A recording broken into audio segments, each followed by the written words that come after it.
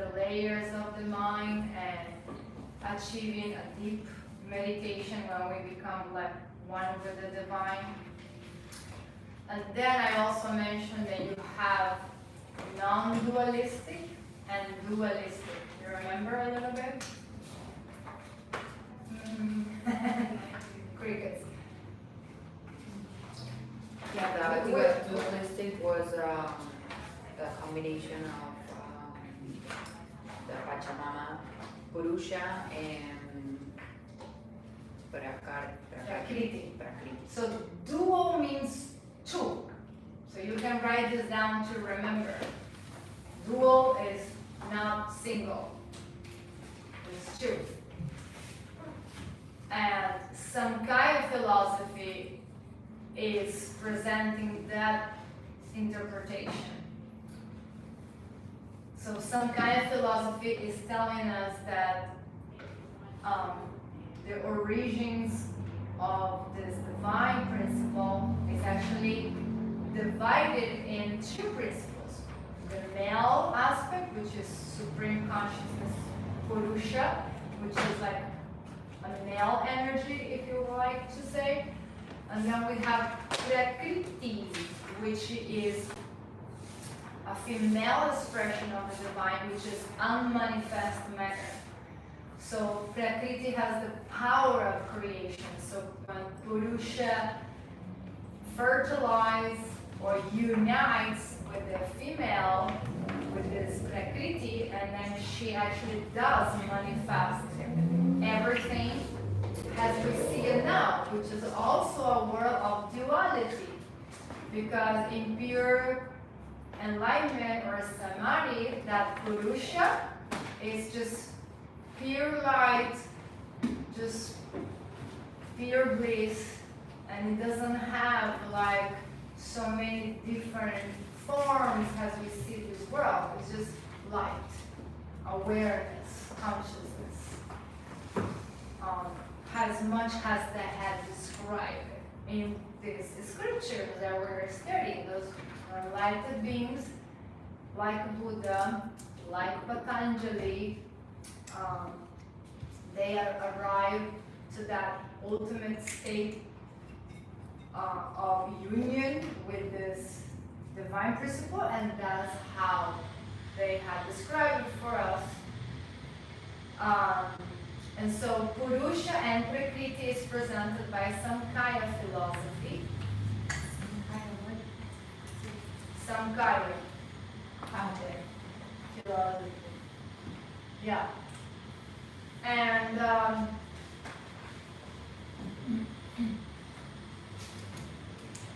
once Prakriti start manifesting the world of duality, right? Now we see things in colors and form. It's not just pure light, formless, right? We see the apple, we see a chair, we see a mountain, we see the ocean, we see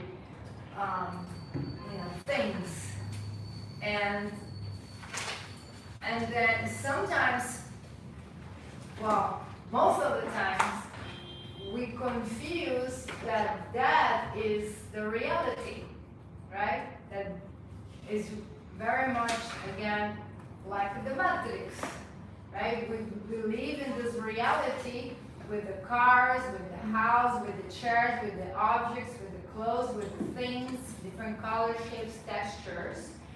And we think that is the reality. But that is just an expression of the formless pure light through this Prakriti, through this female that gives form to the whole world. We also say that Purusha is everything that we can touch or grab, and Prakriti is everything that we can touch and grab. Right? Is it Samkhya or Samkhya? Samkhya.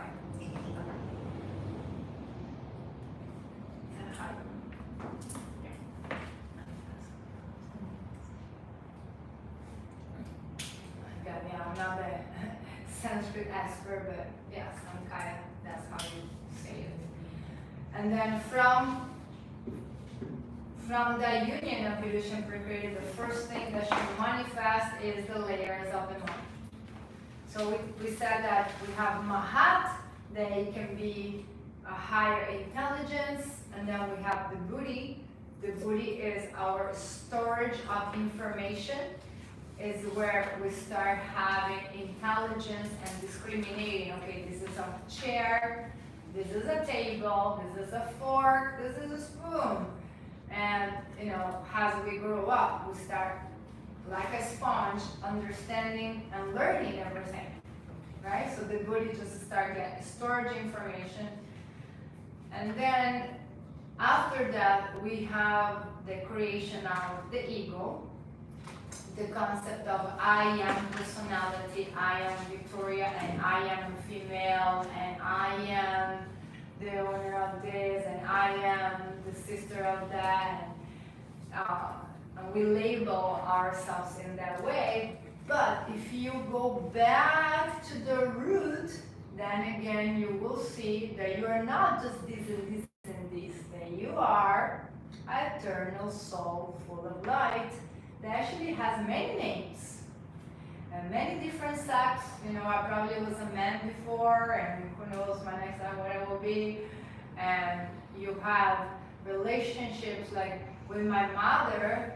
I was her mother before. We also were sisters in another life.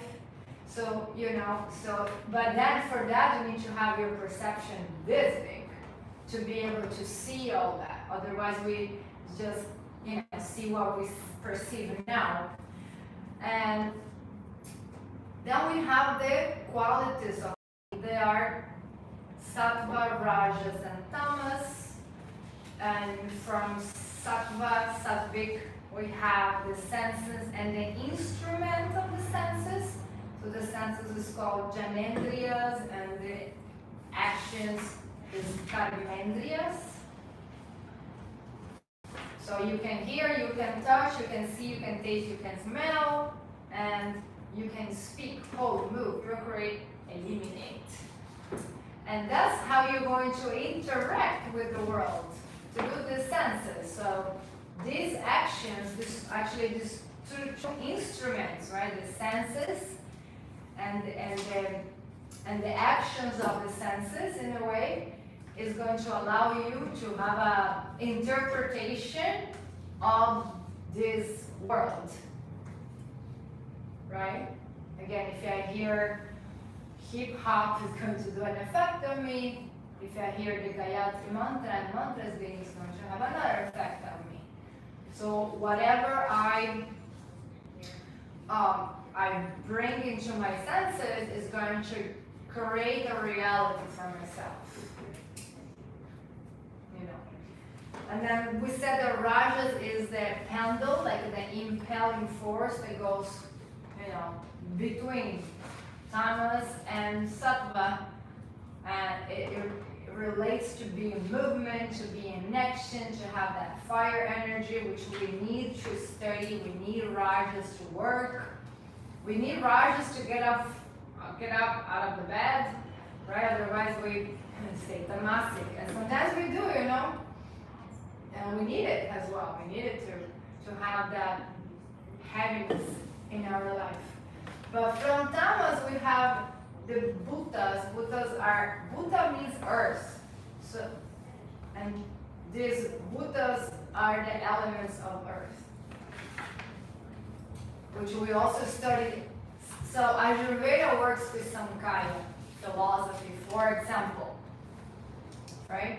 So then, so we are made of elements, right? We have the space, ether, we have air, we have fire, we have water, we have earth. We have those elements in our life. So understanding the composition or the quantity of those elements in you is going to give you a better idea of how supposed to be your habits and your diet and like that. And I always give myself the example, like I gotta be very careful with anything that has fire. I gotta be careful with caffeine, I gotta be careful with even alcohol, which I don't drink, but you know, like if I do, like, you know, it's too much stimulant because I'm already stimulated. So I don't need more fire on the fire and like that. So we'll study all that tomorrow in the Ayurveda presentation. But yeah, hi guys, right? But it makes so much sense, right? We have those, I mean, you know, we have everything there. So this is what Samkhya is talking about. So that's what we call is dualistic perception of the divine. And then the other one that we want to talk about is Vedanta, which is right here. So Vedanta is non-dualistic. So that's the first thing that you want to know.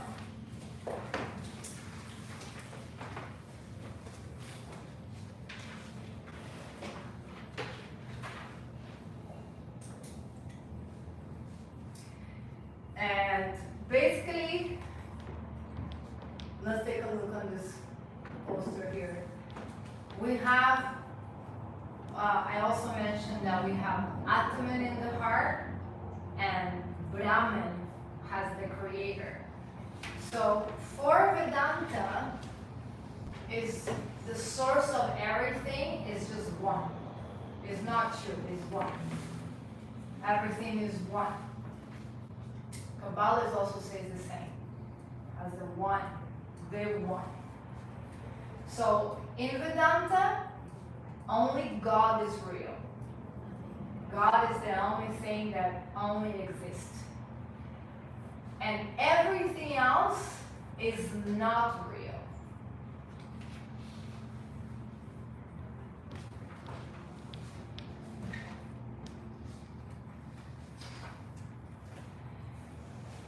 What doesn't let us understand that reality is Maya. So here we have another concept, but it's not like it's another composition of God, but it's actually an obstacle, a veil.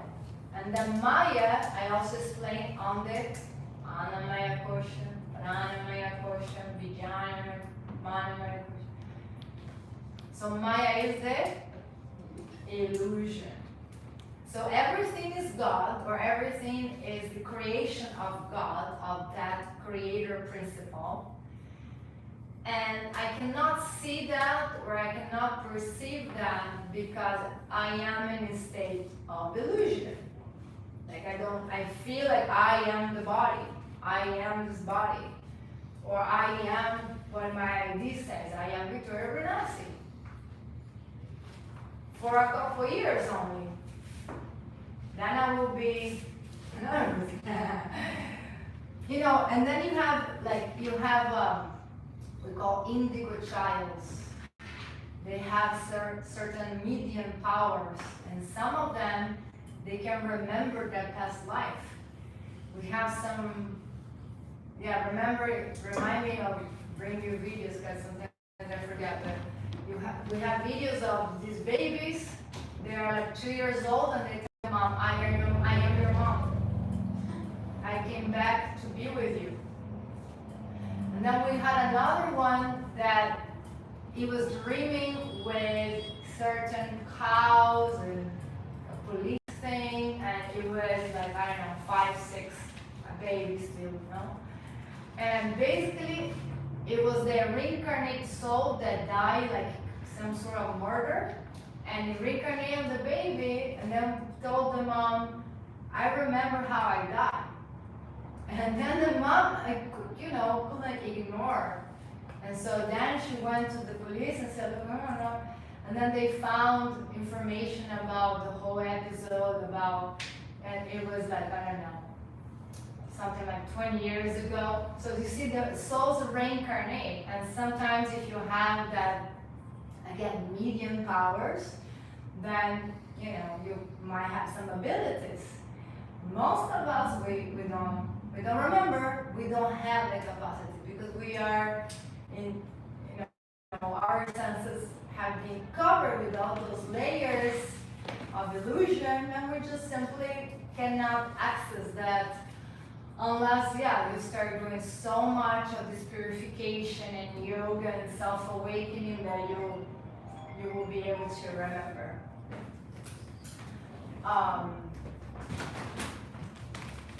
So, and then says Maya, Triguna Kamika. So the Maya again is made of these gunas, these elements.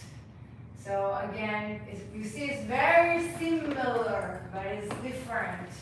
So would it be right to say that everything that is not God would be Maya? Yeah. Yeah, it will be. Yeah. It's almost like having an object here, right, in the middle, and then if I look, I will describe this in this matter, and she will look at that, and we'll have another reality of that, and we'll describe in another way. You guys from there are going to describe. So if we can have so many different interpretations of the same, but only the pure integrity of that is what makes it real. So for Vedanta, if I have, let's say if I have a chair today, and I see the chair, touch the chair, but in 20 years, the chair crumbled there, and it's no more chair, now it's dust. So how real was that chair, right? So in Vedanta, if it's temporary, if it's not eternal, therefore it's not real. Therefore, only God is real. Only your soul is real. Because your soul goes life after life. There's also a great, a great relief about the topic of death. We feel like, oh, I lost my dear one. It's lost. No, it's not. You might re-encounter this soul again in another dimension. They might come back to you in another way, because the souls don't die, right? Everything else is perishable. Even the body is perishable. The car is going to be gone. The house will be gone. Your clothes will be destroyed. Everything will be gone. So how real is that if it's not going to be there tomorrow, right? So for Vedanta, only the only thing that is really, really real is that God element inside us that we call Atman or Jiva Atman. And the idea is to become a Jiva Mukta, right? A liberated soul in this life. Understanding all this, right? Understanding that why I will be so much preoccupied on making so much money, or maybe, if you have great relationships, great, but if you have relationships that vanish away, then okay, contentment, okay, because otherwise if you will dwell on the pain, on the attachment, on the sorrow, you're just kind of like wasting your life, because you will be reborn and you will have so many new relationships, but in that moment we don't see that. No, we don't see that, and that because we are under Maya. The whole planet, not just you or me, it's the whole planet is under Maya. It's like Maya went there and covered us with the capacity. So we are like this, going in life, so we can really see what is real. And then, of course, that will cause us suffering, right? Will cause us suffering. And again, it's very easy to maybe talk about it when it comes to put it in practice. Not that easy, right? Not that easy. It becomes hard to understand those. But the more that we talk about it, and the more that we digest these topics, is the easier that, or more tangible that they become, right? So, yeah, so the Maya is made of elements, just like the gunas. And here are the gunas, and we have again Sattvic, Rajas, and Tamas. Tamas again, we have the gross elements. And then in the Rajasic, we have again the actions of the senses, which we already saw that. It will be procreating, moving, speaking, holding.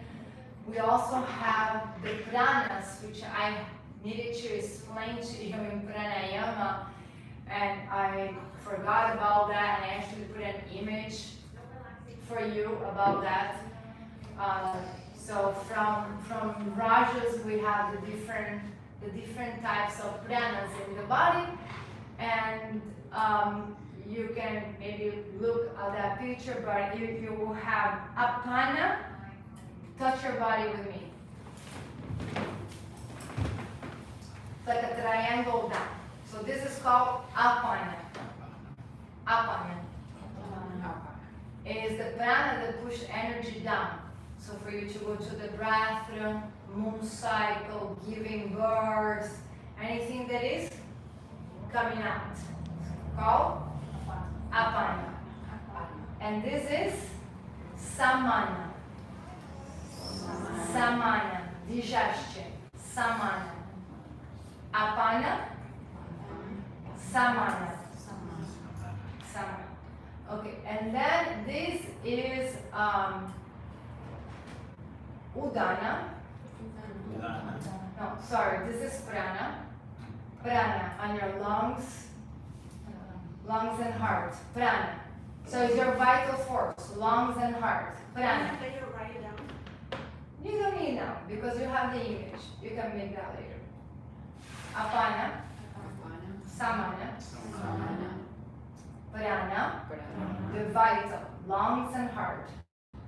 And then you have another one that is called udana. So this is the energy going up. So udana helps you to speak without and then this is your saliva is spitting, vomiting, everything that is coming out, right? And then one more, Vyana. Vyana, do like this. Vyana is the whole prana, is your circulatory system, everywhere in your body, okay? You don't need to memorize this, but you should know this, that you have not just one prana, you have five pranas. So let's do it again. Apana, samana, prana, udana, and vyana. And you have the picture later if you want to draw the little guy and do like that. But yeah, so this is, now that they're talking about that in here in Vedanta, that we have different types of forces in our body. Remember, the rajas is related with that movement, so they say that this is coming from the raja guna quality. And then we have again the sattvic. Now they have the antakarana, which means 4 parts of the mind. So then we see manas there, and manas will be the layer that is the manager. That will be easy for you to remember. Manager. So you have the booty, right? You have the booty is all the storage, right? Saying, okay, this is food, this is chair, this is car. And then the manager, the manas, is the one that kind of like organize your life. You know, okay, you have dentist on Wednesday, you're gonna put your clock at 7 because tomorrow you have teacher training, and you know, you have these trips to get organized, so on and so forth. So the manas is the intellectual part that is kind of like managing your life. Otherwise, you will have a mental disorder. That's what happens when people that have issues with the mind. They don't know, they get lost in themselves. Mental health, which is another big thing now. A lot of people just got, lost inside their own mind, and they can, be with their families, they can hold a job, they are listen voices, and so they don't have manas. And Chitta, like yoga's Chitta, Victory, Nirodha, Chitta is basically consciousness. And I say that Chitta is like water in a way, because Chitta can take the shape of whatever you are perceiving. Again, if I put myself in a bar with hip hop, alcohol, and cigarettes, then my Chitta will be influenced with that, right? Or if I don't have that Nirodha, and then I just let myself become angry in traffic, and that so wild. But if I, study and listen to mantras and inspirational talks, and I go sit in front of gurus that have been dedicated their life to meditation, and I do that extra effort to go to different ashrams and different temples, and my Chitta, my water element, will take the shape of that, right? It's like putting water inside a vase. It takes the shape of what you are influenced that. That's why manas is necessary. So then you say, no, don't go to the bar with alcohol and cigarettes. Go to the beach and meditate. I'm like, all right, it's like listen to the good one, right? And then Buddhi and Ahankara, we already have seen it. And then the Janendriyas is the same. Then in Samkhya is the senses. You can hear, you can see, you can smell. If you don't have those, you can't perceive the world, right? So that's why I always say, don't over criticize yourself or anything like that, because imagine not being able to see or not being able to hear. So through the senses is how we interpret this reality. That's why we also need to understand that we need to not only purify our senses, but control the senses. Again, the manas. The mana will tell me you don't need to have the whole ice cream. Have a spoon. But my tongue will be like, no, give me more. And then my mana seems to say, no, that's like a lot of sugar, bad for your liver. You see, like we need to have that control of the senses, Same with sex, same with greed, same with, whatever is that we are intaking. So that's a little bit of the difference between Samkhya and Vedanta. Samkhya has the concept of Purusha and Prakriti, which is a female and male aspect, and together they create the world through the gunas and through the different senses and elements of actions. And Vedanta says no, it's not two, it's one. And we need to have sometimes many lives, life after life, many lives, to really have a glimpse of this reality. That's why sometimes when you see these enlightened beings in India and like this, that they already, I told you, they emanate that sattvic energy, that purity, the saintly qualities, they already understand fully this reality, and they become gurus and icons and like that. I have a question. So those are two different ways of viewing the creation. Darshans. Yeah. Okay.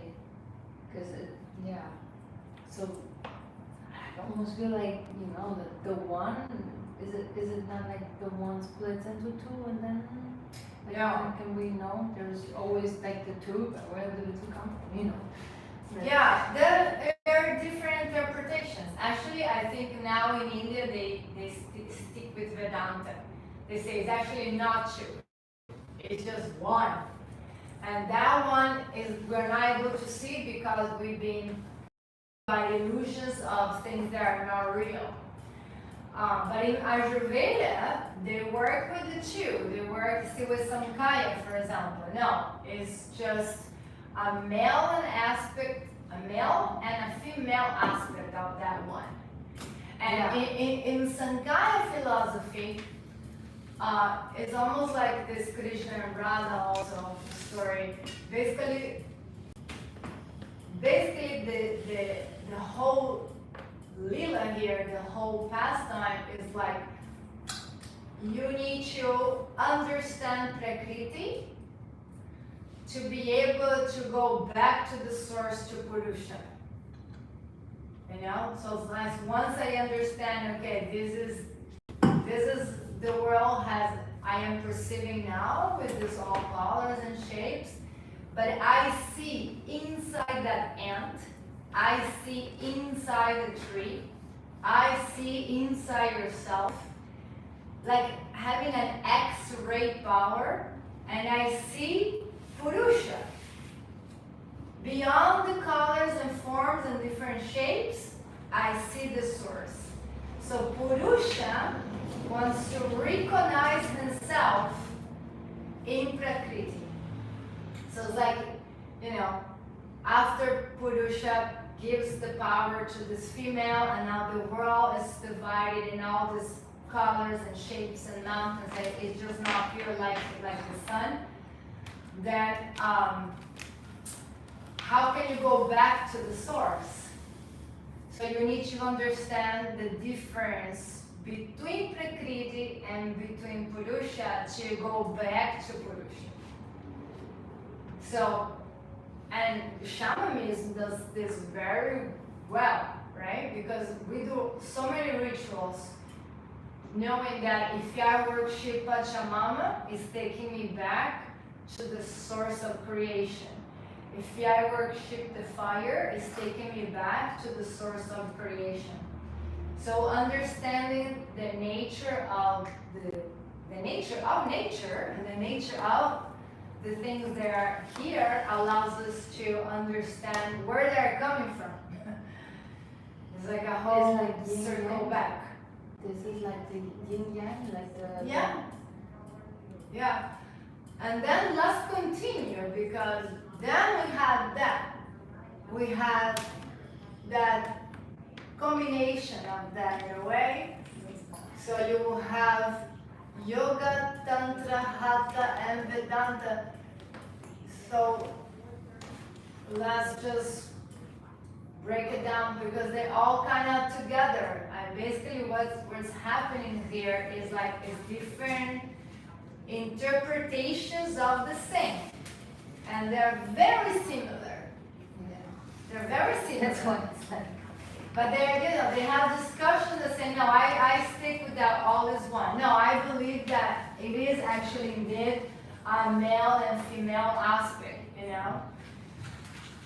So then you might, you know, study, and you also might have your own direct experience of that, right? And then you will come up with an answer. So we know that in yoga, through meditation and understanding of the mind, we want to do a nirodha of the ego. We want to pacify the ego. We want to minimize the I am this and I am that and me, to be able to understand that actually you inside yourself has the source of God.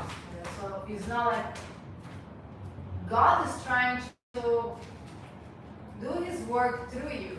You know, it's just the ego that makes us like, I am better than this, I am white and you're black, I am rich and you're poor, I am skinny and you're fat. But beyond that, we are Sat, Chit, Ananda, pure understanding, pure love, infinite amount of love. We just don't see that because of the ego. So Patanjali is breaking down all those layers on how can we, you know, understand the obstacles of meditation, how we can have a good sadhana practice, and what are the roots of suffering, so we can just understand our mind, understand our intellect, right? Vedanta wants you to wake up. And in Vedanta, we're talking about also the walking, dreaming, deep sleep, and unconscious states.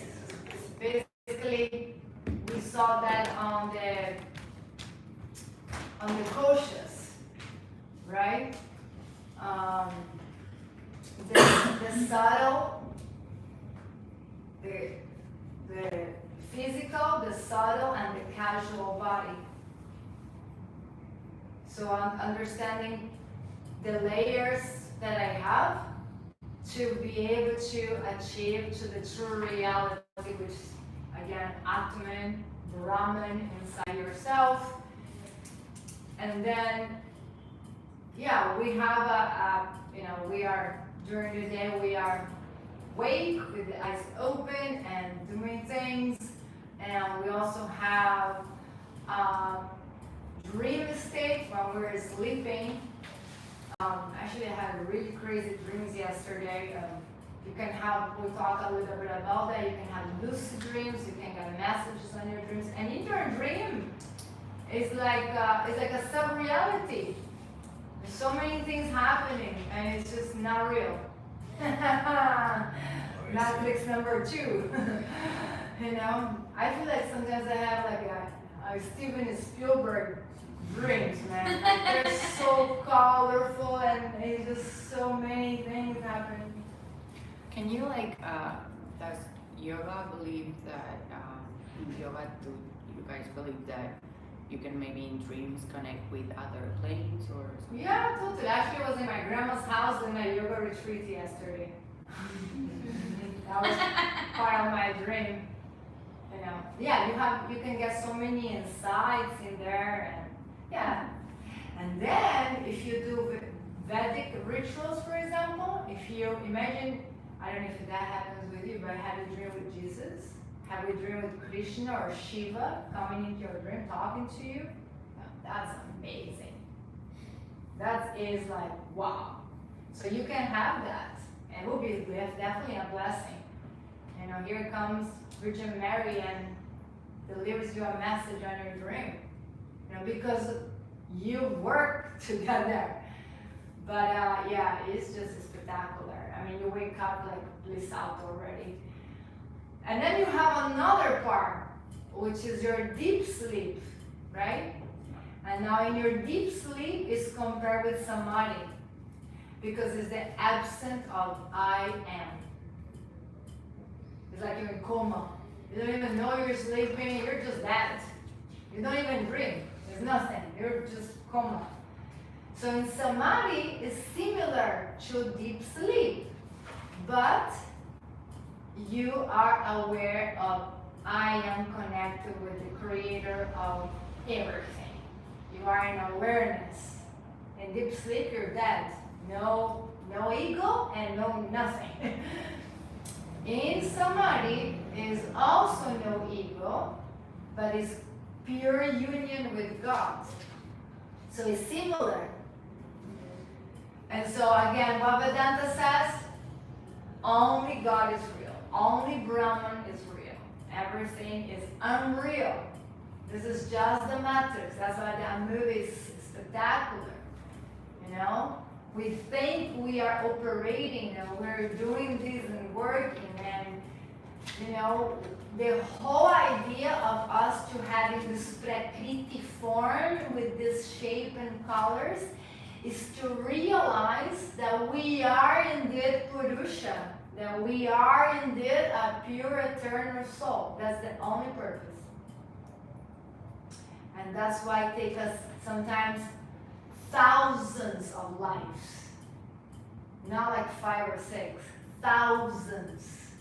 And every life, hopefully you get a little bit more insight, right? And once you become enlightened, you completely understand this reality and you live this reality, then you no longer reincarnate. You no longer come back with these limit senses, with this limit range of motions of this body container, and I don't know, you become pure light dust. You merge with the sun. And you know, some people say that those aliens are like that, you know, they're like just pure light moving, you know. I don't know. Maybe the higher dimensions of consciousness without having that, you know, the levitate and maybe they don't need to just take a little bit of sun and it's done. No more, you know, I don't know, we don't know. But has other species out there, and most likely they're more advanced than humans, you know. I mean, just by their spaceships, you can tell they are.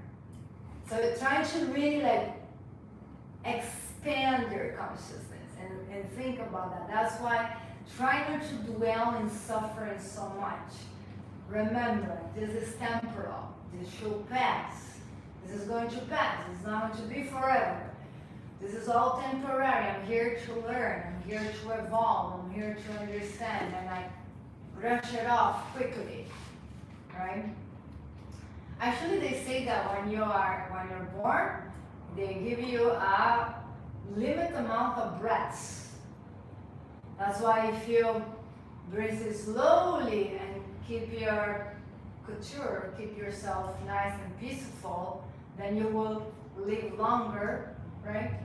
But if you are agitated and yelling and crying and tantrum, then you will waste those breaths quickly and you will live less.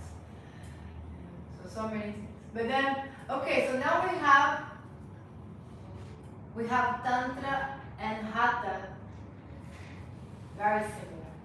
Hatha means the sun and the moon. Sun and moon. Tantra is working with Shiva and Shakti. In Hatha, similar than in Tantra, we are doing a lot of this pranayama exercise and purification of the body to be able to have that God realization experience inside the body. And I feel that union of that sun and the moon, right?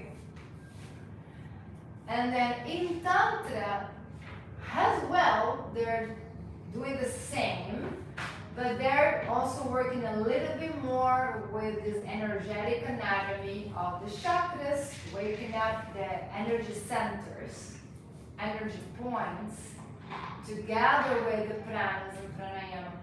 So you can wake up your chakras, and they say that when you start bringing the energy up, then you will be able to unite Shiva and Shakti. They unite on the third eye. I also put a little picture this morning that represents that. And if you look, the symbol of medicine is the same exact thing. So they took it from Tantra, from Vedas, this information, no? The pharma, and the copy.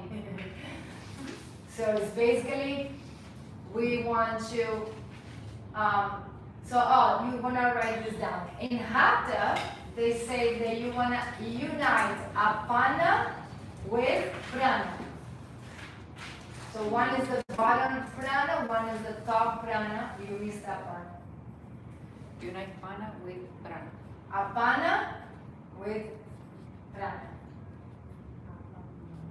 And so look, when these energies come together, they're going to spot on your heart. And then you will have this, again, kind of divine effect. And in Tantra, they want to unify Shiva and Shakti. So the Shakti is on the bottom of your pelvis, and Shiva is on your third eye. And then when you do all the chakra awakening, and they start bringing the energy up, waking up the energy that is sleeping, that we call Kundalini, then this energy cross on your third eye. So very similar. You see how similar that is? Hatha and Tantra, very similar. Very similar. Has nothing to do with sex. And people get so mesmerized with that, and then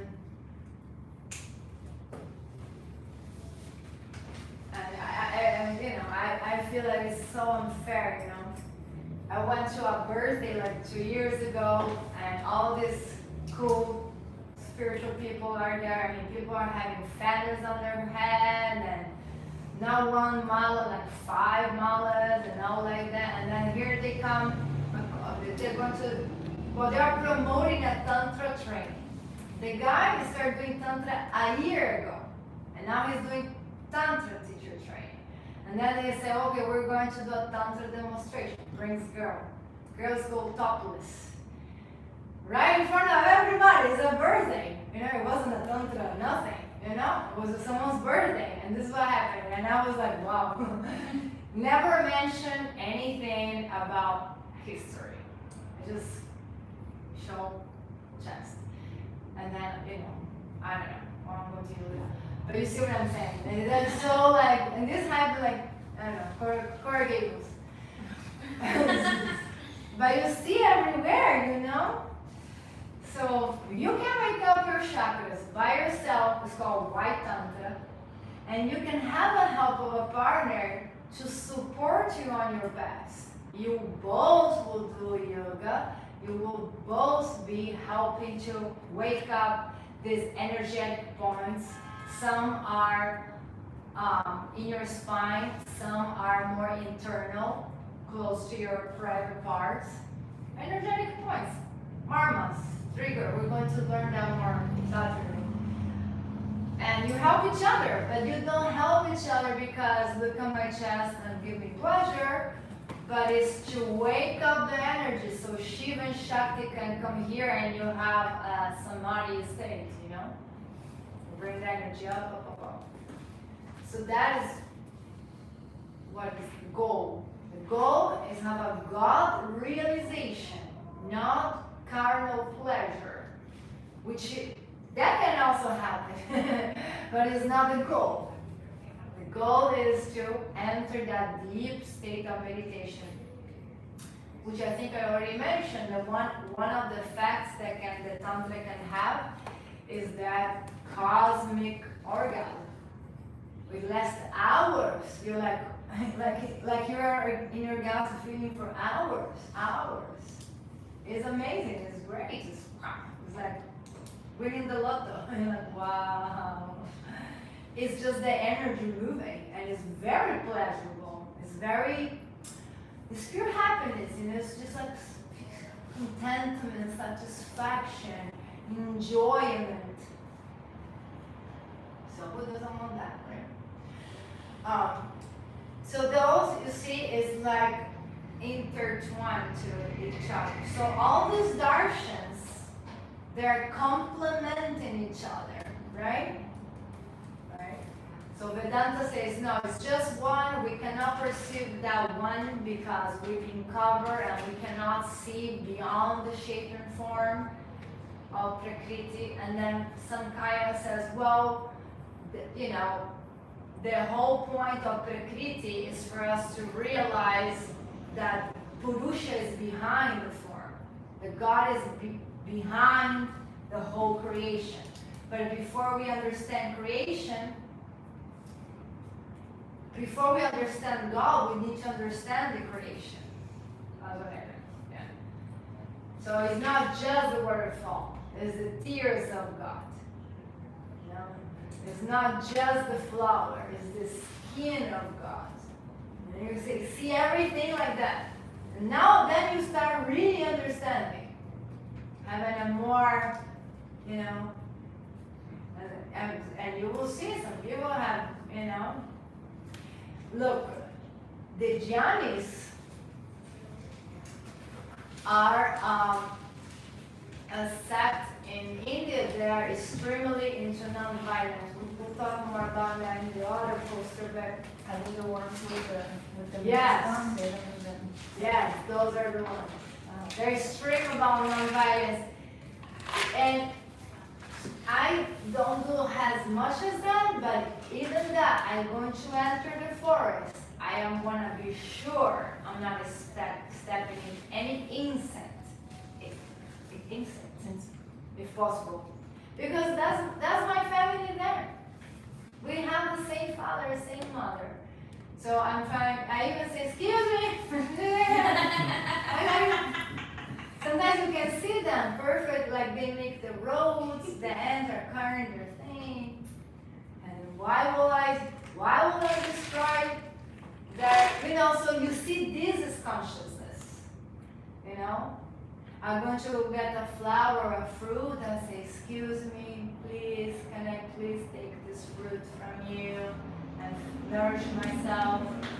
And, you know, and you have a different way of living, no? Than be like, it's mine.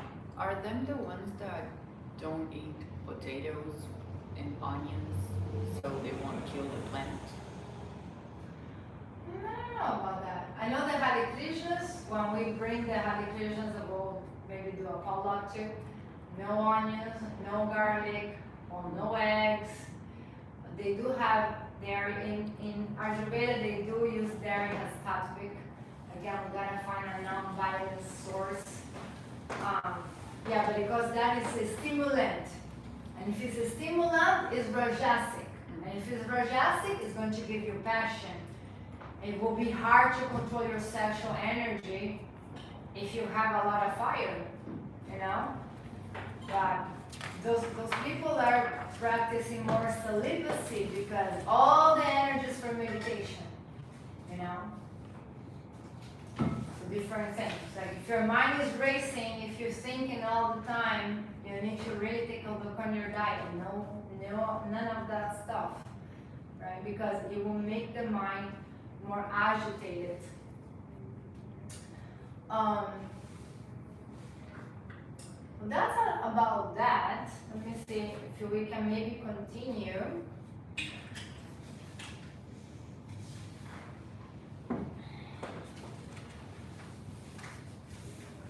So we have two more here. We have the Om and another of yoga history.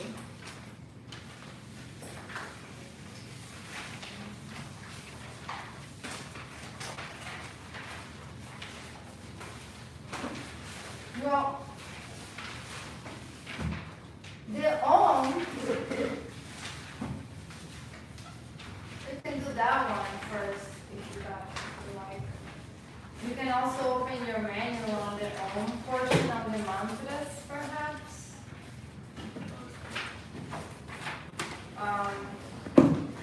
It's all the way in the back, all mantras. Actually, that's the first one. Right? Power of motion meditation. 378.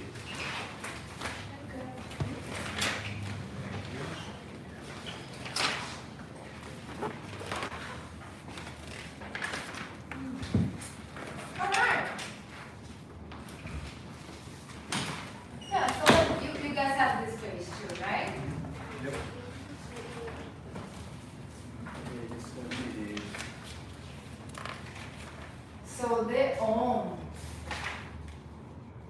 So when we had that big bang of Hinduism, with the union of Purusha and Prakriti, that union created a vibration. And that vibration was Om. So the first expression of God is Om. That's why when we chant Om, I always ask everyone to have a moment to center, to breathe, because we don't want to just call God, call Jesus, call Buddha, and not be there. Maybe mantras and meditation. If you have an index, mantras and meditation. Talking about mantras, 388. 7. has an index. It's not the same? Is the index the same? Oh no, I'm wearing this. You mark it, yeah, it's better to mark it. She's out 388. That-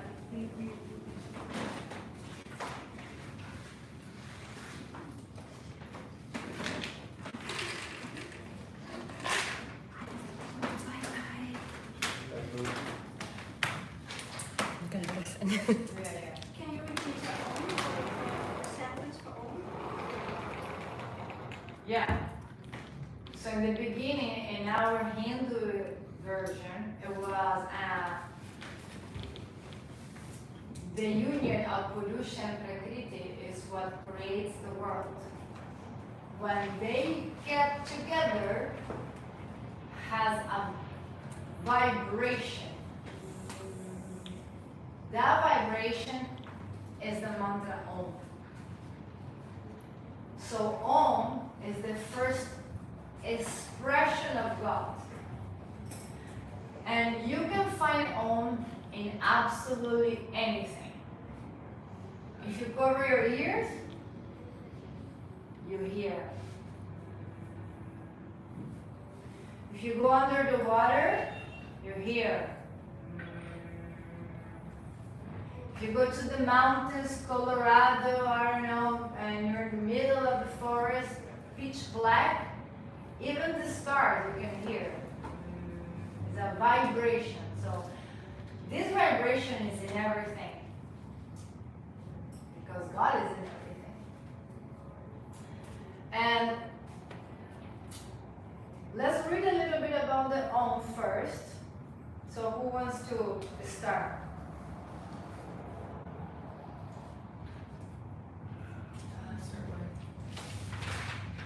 The primordial that part? On the word. But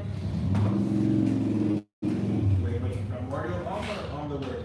Primordial. Primordial, okay. In the yoga tradition, Om is the supreme mantra, the most sacred of holy words. Although it is first found in the spiritual writings of Hinduism, Om is used by Buddhists and Jains in their rituals and meditation, and has also passed over into Jewish, Christian, and Muslim religions in the form of Amen, Amen, which is intoned at the end of all prayers, and in Christianity is even a title of Christ. These things said to Amen, the faithful and true witness, the beginning of the creation of God. Revelation 3:14. In the yoga tradition, Om is the supreme mantra, the most sacred of holy words. This sacred syllable is spelled out either as Om or Aum, but it is usually written in the ideogrammatic forms. It is most important in repeating Om to pronounce the O correctly. It should be pronounced like the long O in the Italian or common American manner, as in home or and home. In England, Canada, and parts of the American South, the long O is sometimes pronounced as a diphthong, like two vowels jammed together, either like I-O or A-O. This is not the correct manner of pronouncing the O, which should be a single pure vowel sound. Om is more effective if it is mentally intoned, that is, mentally sung on a single note. The pitch does not matter, whatever it's spontaneous and natural. This makes the repetition stronger and of deeper effect. Unifies the mind and naturally concentrates it. Om should be intoned, giving full value to both the O and the M. That is, Om should be intoned with equal time on both letters. Om, not Om or Om. need to be over exaggerating about this, but approximately so. The way to receive the benefit of the mantra is japa, the continual repetition, intonation of the mantra. In this way, the invoker is constantly imbued with the power and consciousness inherent in the mantra. And so in that note, you can actually put the tone, right? And you can say, we're going to chant Om A-U-M, if you want to that day, and then you instruct your students kind of to follow you.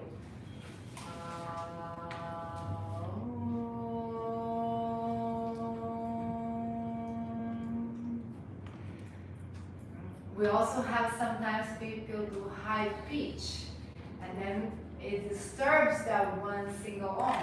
We're all like Om, and then we have in some kind of opera. So you can tell them, okay, let's hear each other and have one unified Om, because it does make a difference. And when you are like, and you hear, and it was like a broken radio, especially if you're a musician, I guess you can pick it up not really easy. So, the harmony does really help a lot to put the tone there, but you can also move that. Another thing that my teacher was mentioning with us is something called Rasha. Rasha can translate to tone or taste, R-A-S-A. And that will be the frequency of which chakra you want to emanate your own, perhaps. So if you hear some Tibetans, they have a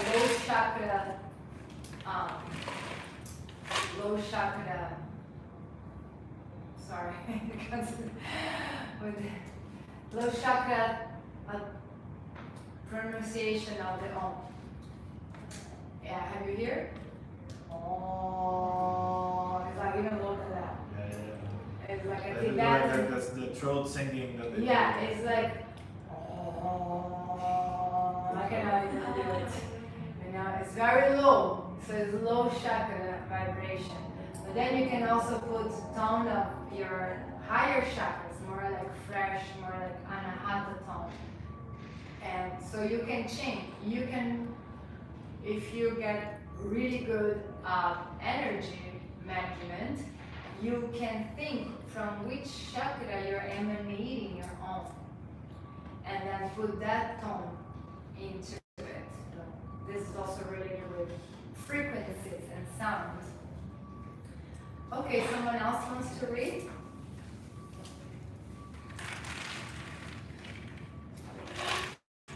Om, the word. Shankara, commenting on Patanjali's statement, his God's spoken form is Om, says, this sutra explains the form in which the devotee contemplates on him. According to Mandukya Upanishad, that which existed, exists, and will exist is nothing but Om.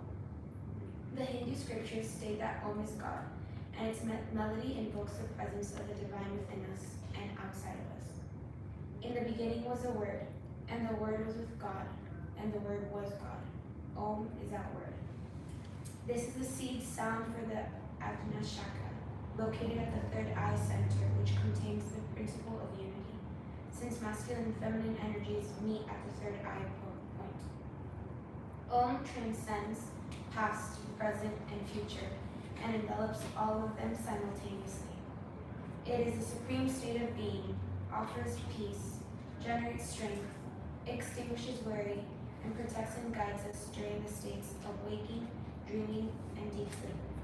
It also purifies and awakens the force of our physical, causal, and subtle bodies. Om draws our mind inwards, purifies our environment, cleanses the psyche, and connects the soul with the universal consciousness. It is the source of all yantras, mantras, and mandalas.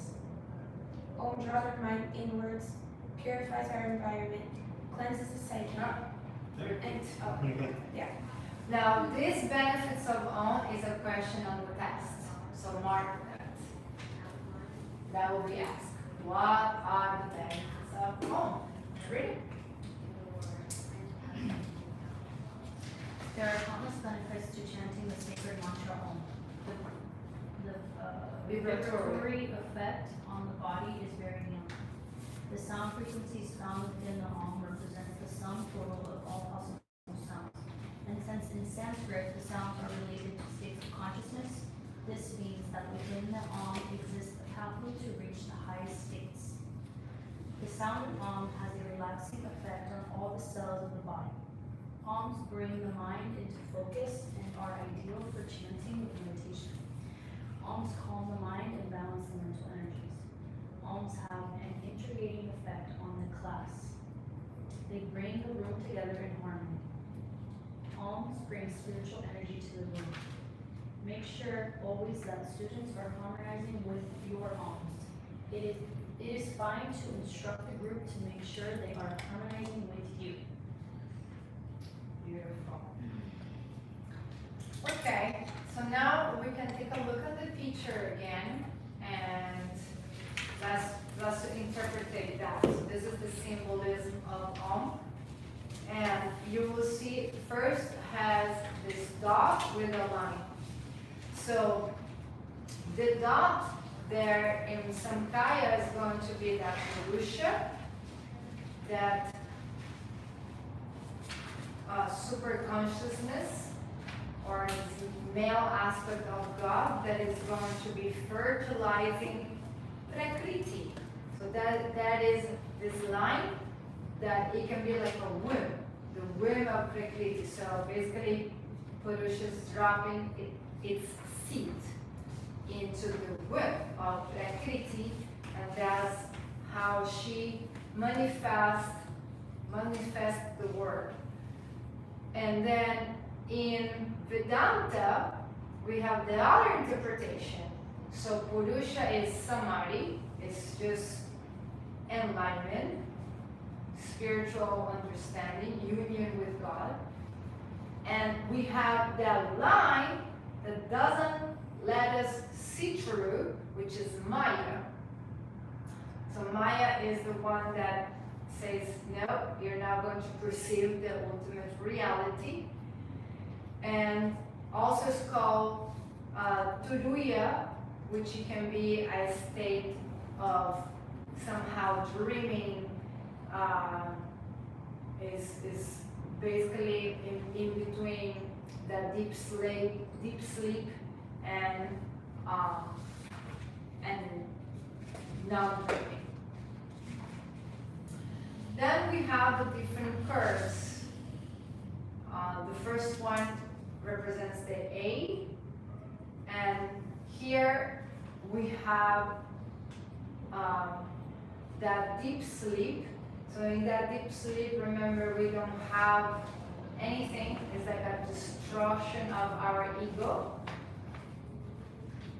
in a way, and because it's such a heaviness, it's like you're dead. So tamas gunas is predominant there. Again, we're going to talk more about the gunas tomorrow, a lot actually. But the tamas, we said that is that mood of inertia, heaviness, lethargic, ignorance. You can even have, compassion and be kind, but still you will have that quality of being, heavy and dense, let's say. And then here, the gods, their rule is Shiva and Shakti. So today we were chanting to Shiva. You can see an image there of Shiva and Shakti as one. So half is Shakti female and half is Shiva male. And the idea of Tantra is unite them together in your third eye. And the beautiful thing about Om is that everything is inside Om. All the gods and goddesses, the times of the day, and the times of your life. So we said that tamas is necessary for you to be in that corpse when you're just completely knocked out, resting. That's when your body is really recharged, let's say. And we also said that tamas represents when you're a baby. that you need to be, clean and changed and fed, and you cannot do anything by yourself. So someone needs to do it for you, your mom, your dad. Okay?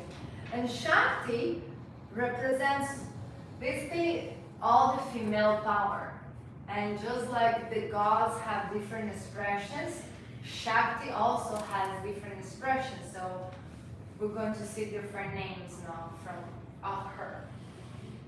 But it's the female power that manifests. So without the female, will be just pure transparent light. The female is the one that shows up as Prakriti, giving the shape of a mountain, give the shape of objects, the fruits, the animals, everything. So, very powerful, right? Then the bottom curve is the U, and this represents the walking state in Vedanta, when you actually, like right now, you're operating, right? Your eyes are open, you're driving, you're coming here, right? And that is related with rajas. We talk about that, and means activation and movement. And that is not only the part of during the day of your day, but the part of your life when you are, since you are a teenager until you are, a young adult, a big chunk, where you are learning and moving and creating things and doing your business and doing your house, and it is a lot of work, right? Just in action, full on in action, creating something for your life. And here we have the two gods. One is Brahma, which is the creator. Remember when I say G-O-D? G was the generator, which is abbreviations of God, Brahma. And then O was Vishnu, the preserver, and D was Shiva, the destroyer. And you can see Brahma here with many heads. But in India, you cannot find Brahma to be worshipped. He had some fallout between the gods, like literally a fight. And he was punished that he will not be worshipped in any form. So even though he initially had a form, he had many hands, and he has the Vedas in one hand, and the lotus representing blossoming, and we can explain more about that. But in India, they don't have Brahma on the temple. But isn't Brahma like the only real thing, and the only thing that's real, and The creator. The creator. Yeah. But in that case, Brahma, this is good for those that are impersonal. Like if you have a hard time, like I actually in the beginning, I went to these Hindu temples, and the gods are quite interesting, So if you feel like God is formless or everywhere, well, so then Brahma is the one for you. Because now Brahma cannot be worshipped in a form. Brahma is everywhere and in anything, which is true as well.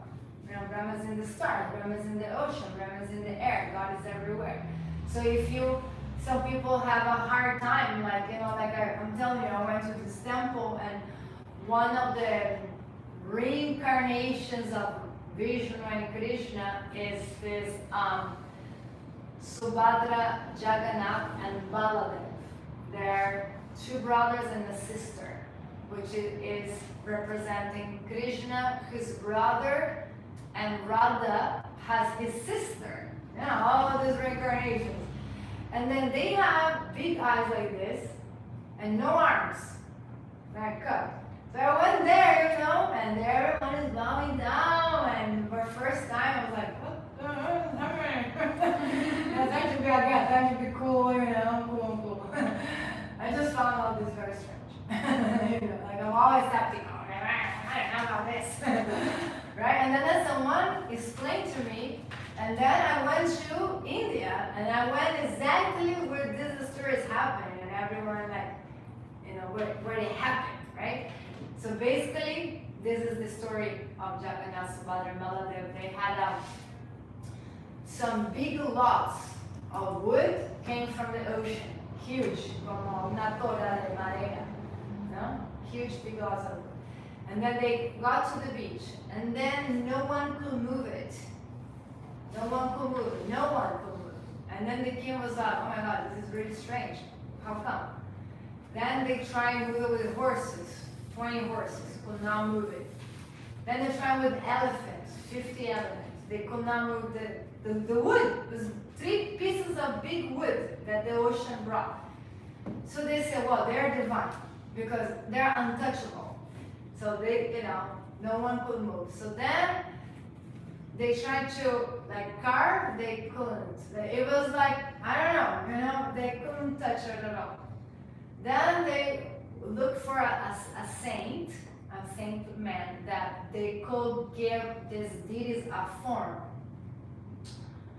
So they found a saint and they put him in a tent, and then he said to everyone, well, I will take probably 1 month to be here carving and giving these forms to these gods. Don't interrupt me. I'll be there doing this work. And everyone, yes. But then, after 20 days, we couldn't hear him carving or anything. And his wife started having a tantrum. And he started complaining to the king. You're going to kill my husband for your faith, and this is crazy. He's probably dead. He probably needs some food and eat. And she beat so much to the king, she took the king crazy, and they eventually opened the tent. And then the guy was like, did I not tell you to stop? Wait for me 30 days. So then the deities had eyes super big, and he said that because they are in ecstasy, they're bliss out, and they look like this. That's what I'm telling you. I was like, what? It's weird. And then they say they are blissed out of love. That's how they came. And then they have no arms because they opened the tent. Interrupted. So he said I couldn't finish. So the arms are like this. So when you go and you find a little, peculiar. So basically what happens? We have forms, like Jesus is a form, Buddha is a form, Krishna, Shiva is a form. Because it's easier for us to have a relationship with that form. To think that God is in the stars, in the air, and in the dust, it is also true, but it's a little hard to relate with it, right?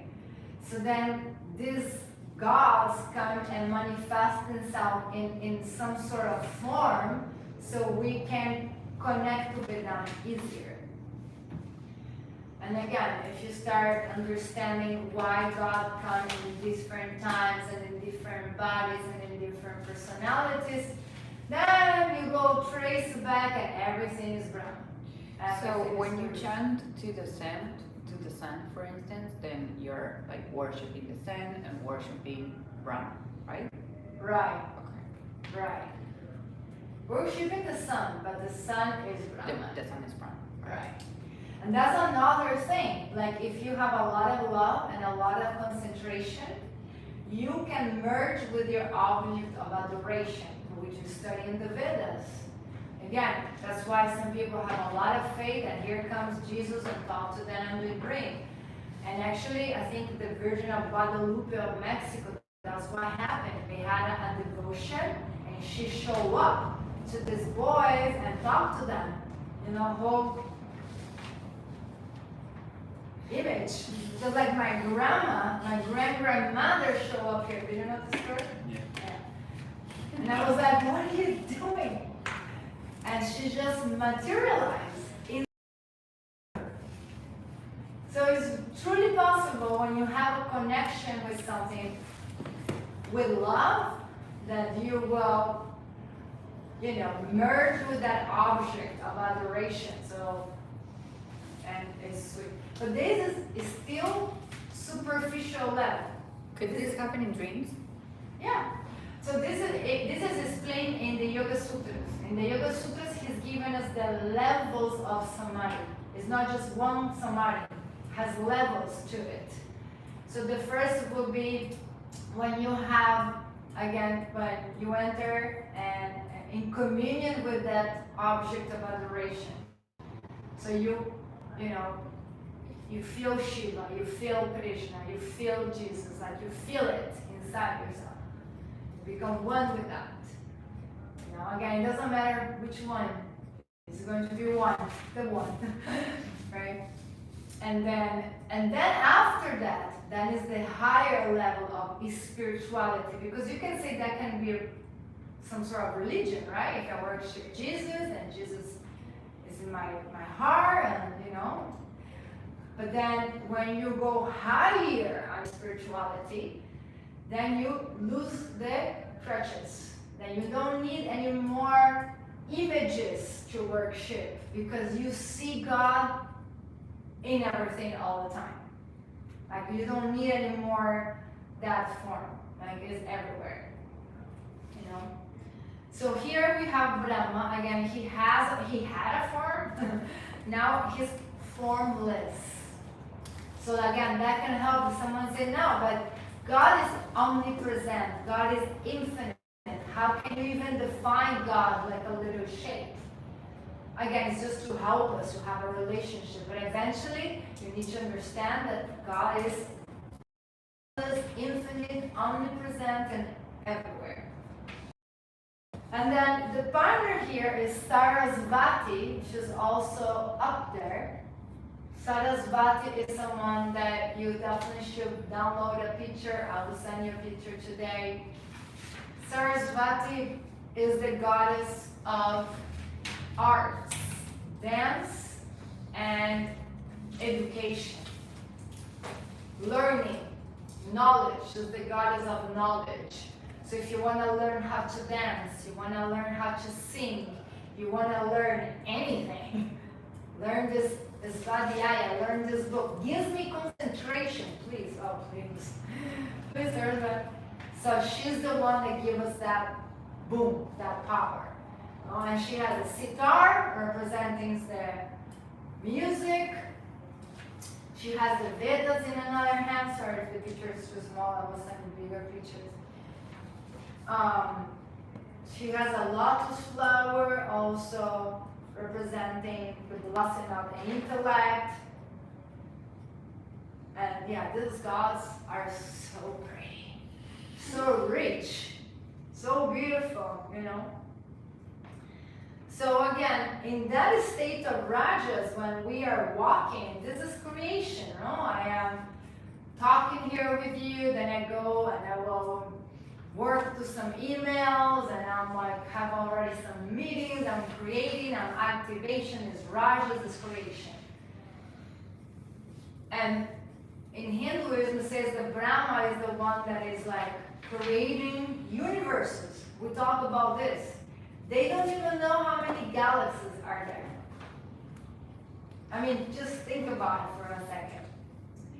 No? Solamente, and we have Via Láctea. There's a bunch of planets in there. Most of them, we have no idea what's happening. And just like the Via Láctea, has so many other galaxies. With so many other planets. I mean, it's huge. It's like, the Brahma is the one that creates galaxies and universes and so on. And that's why we really need to get out of this box, you know, because it has millions of species, most like some more advanced than us, and millions of planets, and most likely some of them are already habited with some other beings and life. We're not just the only one in the whole universe. And also start like thinking about this, you know, like has other beings.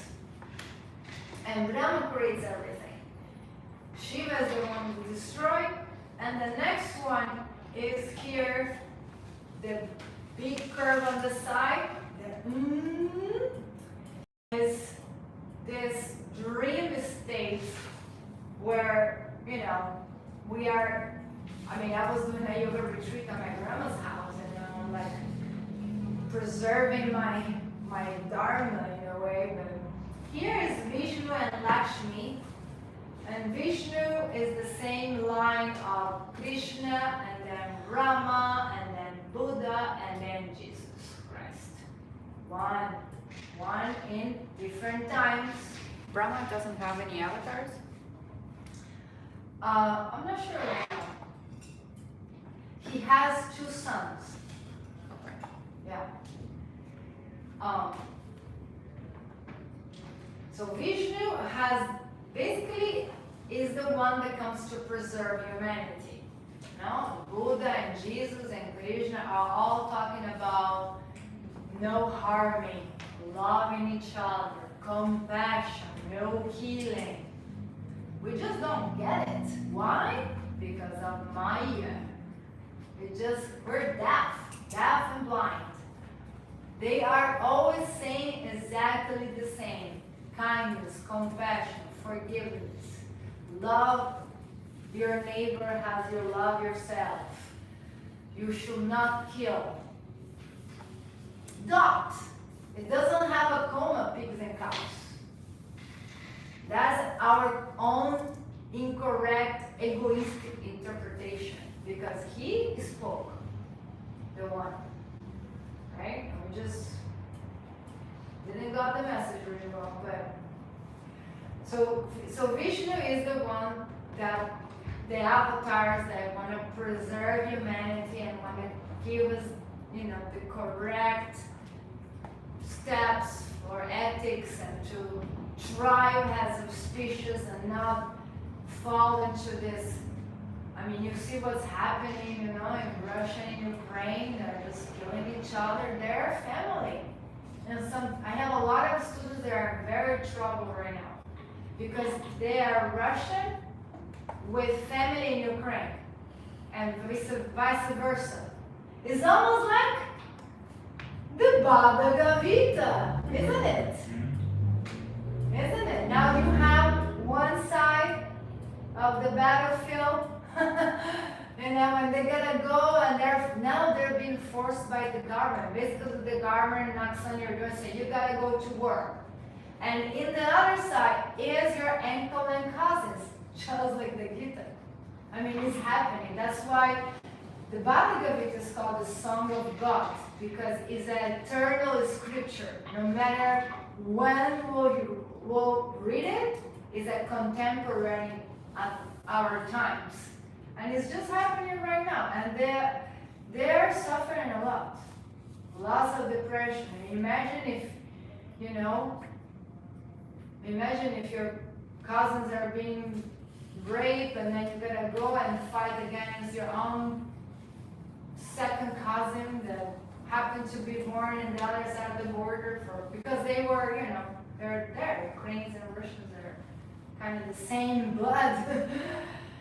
So, yeah, we want to understand the concept and practice of non-violence, non-harming, no killing, not bloodshedding, no wars. Because if we don't, these wars will keep continuing in the world.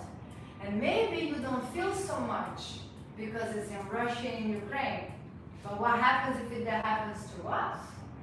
Right? What happens if out of the sudden here comes the Mexican with nuclear bomb and saying, you stole half our country, give us back. And then what? That will be more real. So we need to really understand, because all these gods and goddesses, they are really facilitating that in so many different ways, and we need to upgrade our spiritual software. We can't keep ourselves degrading. We need to, just like from the Vedas to Upanishads was a process of evolution, we also are in this earth to evolve and understand. And understand that has a different way of living.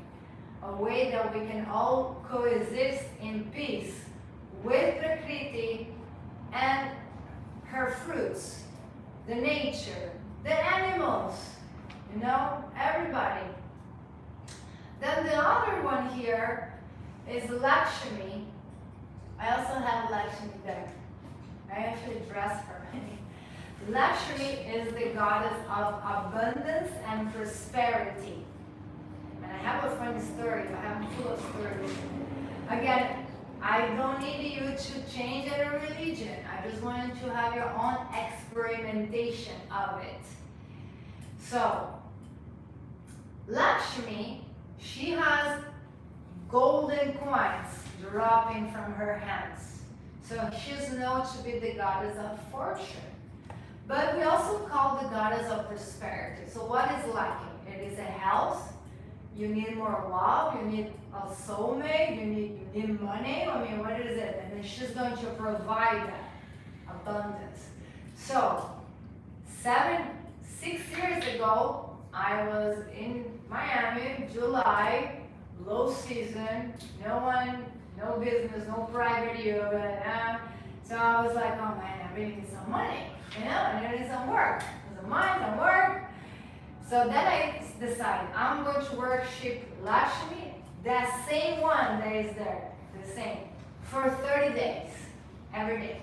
That's what I made, just me and her, an arrangement. So then, 3 years before that, when Synergy was in Espanol way, I had a Kundalini teacher that he was a lawyer, and he said to me, I'm doing some sort of stock market company.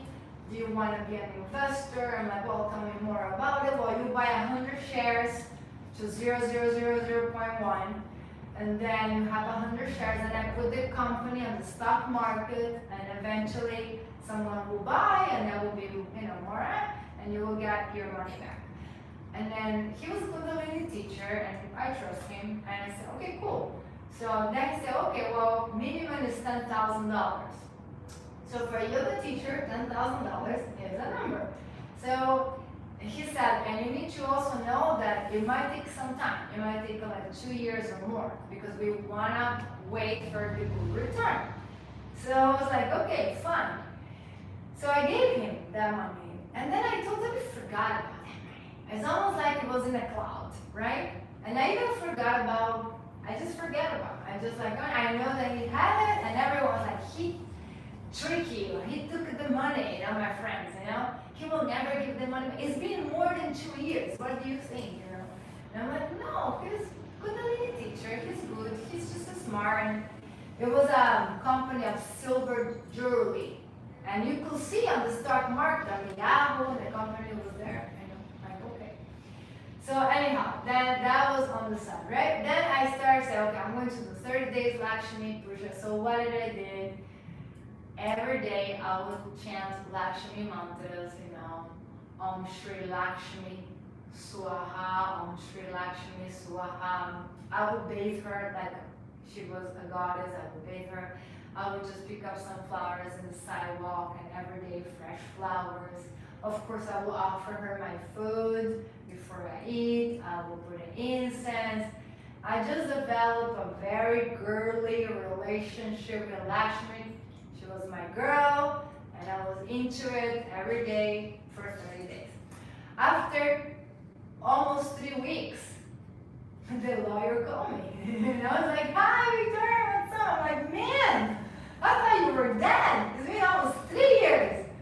What's up? It's like, I finally got a buyer. And do you want to sell? I'm like, sell. Sell. And he was an attorney, he had a power of attorney. I'm like, just, please do. And he's like, but you don't even care for how much I'm selling the shares. But I don't care. You know this stuff. Just get my money back, just sell it, I don't care, whatever, it's fine. And then I continued for one more week of this little Lakshmi worshiping, very sweet. And it's not about the mind, like I'm going to do this, it was about the intention. So I just really saw her as a goddess, and I will sing to her, and I will put perfume in her, And then basically after 30 days, I got my mail, and then here is the envelope from the lawyer, and I opened the envelope, and it was like right after the 30 days, like 1 day before, let's say, and it was a $30,000 check. And for me, it was the biggest check, I mean, that I ever had got at once. You know, it was a nice one. I even took a picture, and no, I actually took a picture and I put it to Lakshmi, and I offered to her for another couple of days, like, oh my God, Lakshmi, I love you so much.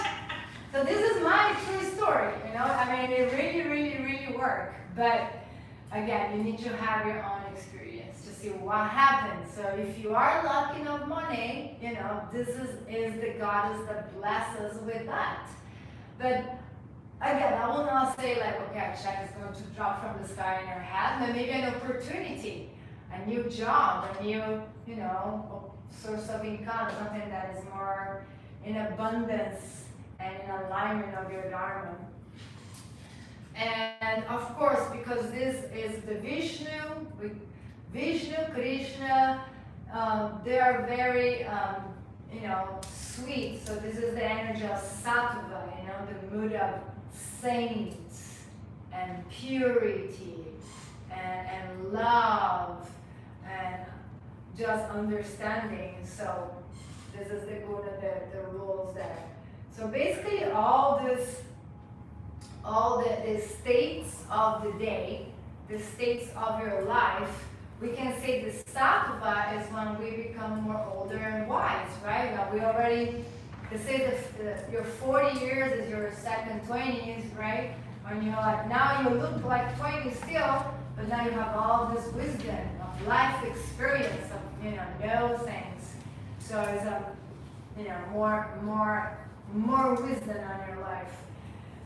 So yeah, inside the Om has the states of the day, the states of your life, all the gunas are there, and all the different gods and goddesses are there.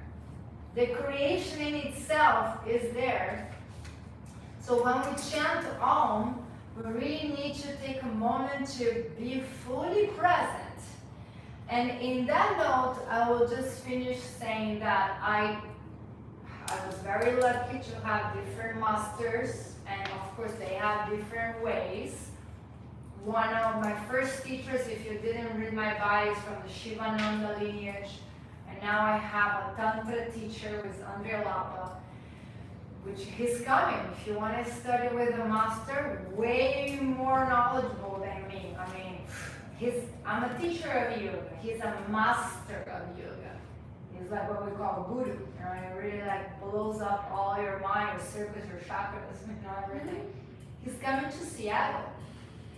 You know, so you know, again, you need to have some Lakshmi to invest on your yoga education, and it's a lifelong thing.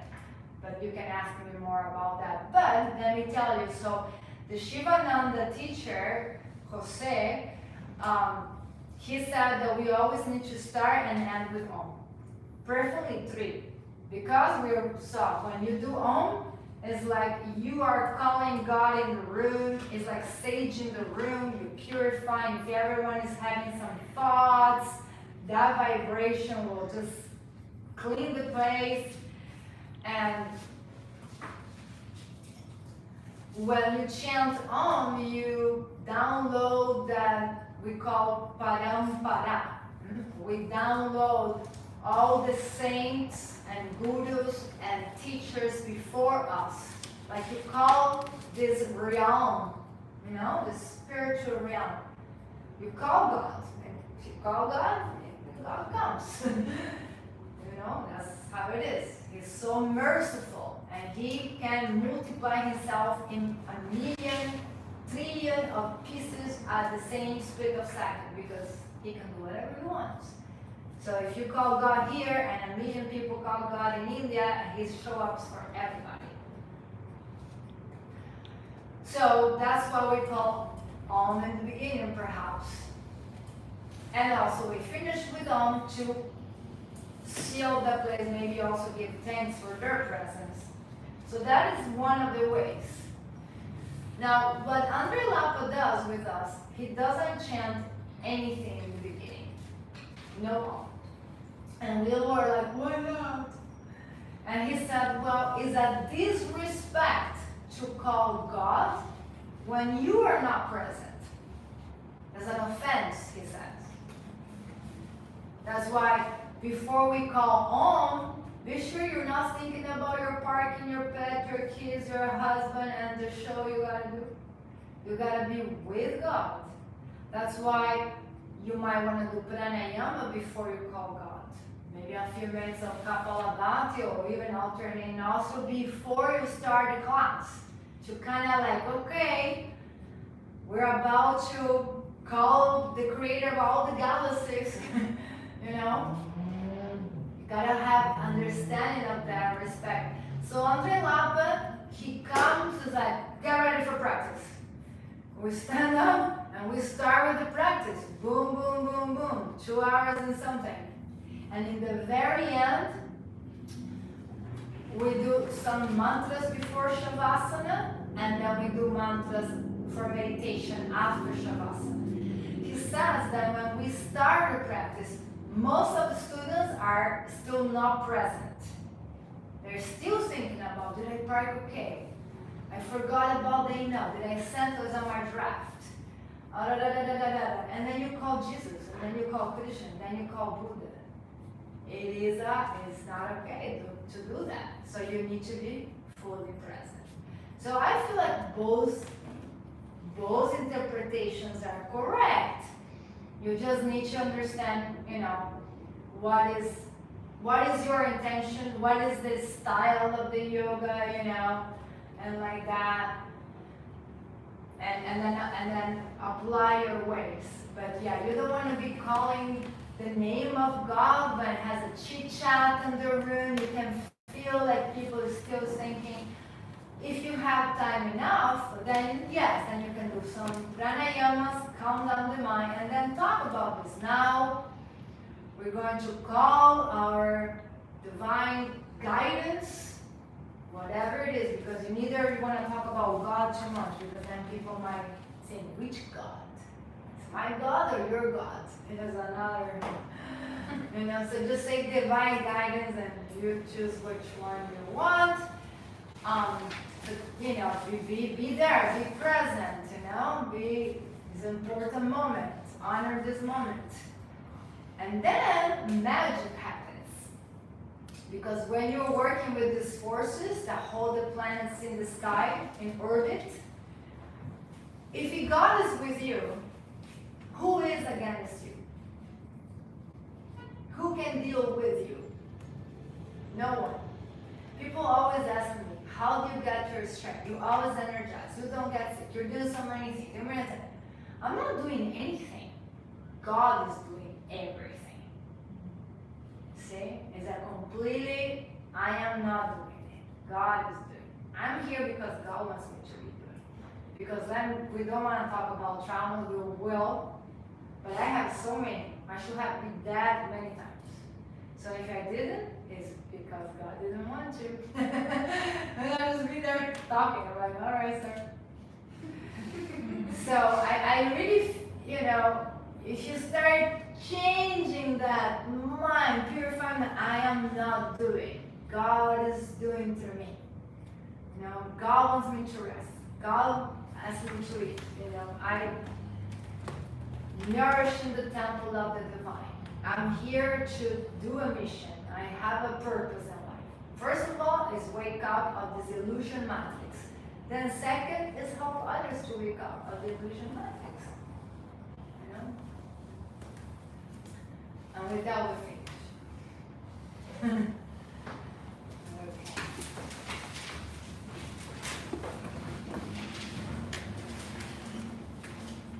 Exhaling.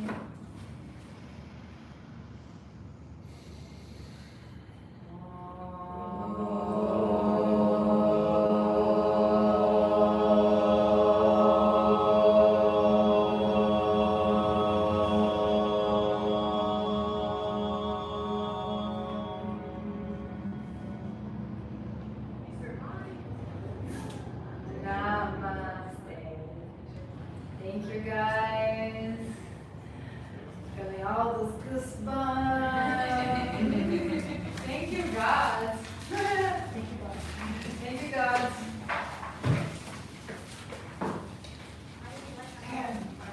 to Lakshmi to manifest that Costa Rica temple for everyone.